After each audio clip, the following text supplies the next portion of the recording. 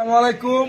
আজকে আমরা এক স্যারে ধরেছি। স্যার খুব কষ্ট করে একদম পুলিশের ড্রেস লাগা হুবাহু পুলিশ, বোঝার কোনো কায়দা নাই যে কে আসল পুলিশ কে নকল পুলিশ। এই যে আমাদের এ হলো আসল পুলিশ, এর নকল পুলিশ, কিন্তু কোনো দিক দিয়ে বোঝার কোনো কায়দা নাই। স্যার কিন্তু রেং বেস পরেছেন, নেম প্লেট লাগিয়েছেন, হ্যাঙ্গিং বেস পরেছেন, তারপরে কোমরে বেল্টও পরেছেন। স্যারের কোমরে একটা অস্ত্র আছে, স্যারটা দেখান তো স্যার।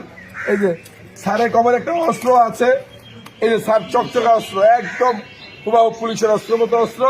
তো স্যার আজকে চেক করে বসিয়েছিলেন। আপনারা কয়জন ছিলেন স্যার? কয়জন ছিলেন? জোরে বলেন। 3 জন। সাব ইন্সপেক্টর কয়জন? 2 জন ছিলেন সাব ইন্সপেক্টর। তাই আপনারা এই যে দুইটা গাড়ি নিয়ে আসছেন, চেকপোস্ট বসাইছেন। চেকপোস্ট বসে আপনার কারণটা ছিল কি স্যার?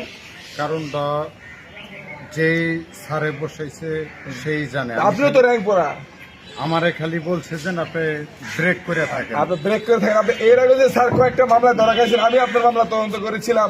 আপনি কয়েকটা মামলা খাইছেন এর আগে।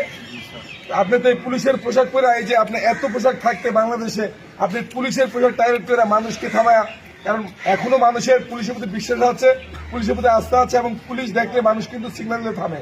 সেই বিশ্বাসটা জায়গাটা আপনি কেন নষ্ট করেন? আপনি যখন একটা খারাপ কাজ করে চলে যাবেন, সমগ্র পুলিশ বাহিনীর বদনামটা হচ্ছে। তা আপনি এই পুলিশের ড্রেসটা পরেন কেন বারবার?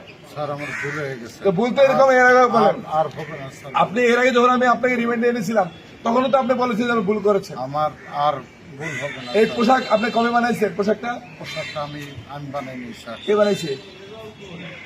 কে বানাইছে পোশাক? যে আমার আনছে আপনার বাড়ি শরীয়তপুর জাজিরা না? জি স্যার। আপনার বাবার নাম কি? আয়ব মোল্লা। আয়েব মোল্লা। আপনার বাবা আপনার মেম্বার না? আপনার বাবা মেম্বার না? জি। তো আপনি এই যে মেম্বারের ছেলে, আপনি ইতিমধ্যে আপনার নামে 18টা এরকম ভুয়া পুলিশের মামলা আছে। আপনি সমগ্র বাংলাদেশে এই পুলিশের পোশাক পরে আপনি আকাঙ্ক্ষা করেন। আপনি আর কতবার করবেন এই পুলিশের পোশাক পরে বলেন তো? আর একবারও করুন। আপনি গতবার তো আমার কাছে রিমান্ডে ছিলেন, তখন তো বলছেন যে আমি করবো না।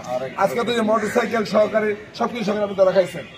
তো যাই হোক, আসলে যে কথাটা বলতেছিলাম সেটা হচ্ছে পুলিশের পোশাক পরে এই খারাপ প্রকৃতির লোকরা সাধারণ মানুষকে টার্গেট করে চেকপোস্ট বসিয়ে তারা টাকা পয়সা হাতিয়ে নিত এবং পুলিশের বদনামটা হতো। তো আজকে হাতে নাতে ধরা পড়েছে, এবং 2 জন সাব ইন্সপেক্টর ছিল, ওনারা পুলিশের পোশাক পরা, একজন কনস্টেবল নিয়ে ছিল। তো আপনাকে একজন হাতে নাতে ধৃত হয়েছে। তো উনি আসলে অরিজিনাল পুলিশ না, উনি ভুয়া পুলিশ। আপনি কি অরিজিনাল পুলিশ না ভুয়া পুলিশ?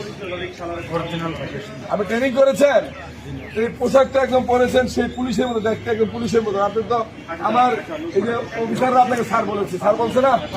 স্যার বলছে। স্যারটা একটু খুব ভালো লাগে। এখন এই যে আপনি এই যে খারাপ কাজগুলো করেন, এই কাজগুলো জমা আইনে আওতা আসবেন, এবং এই মানুষটাকে আপনার ভালো করে চিনে রাখেন। এই মানুষটাকে ভালো করে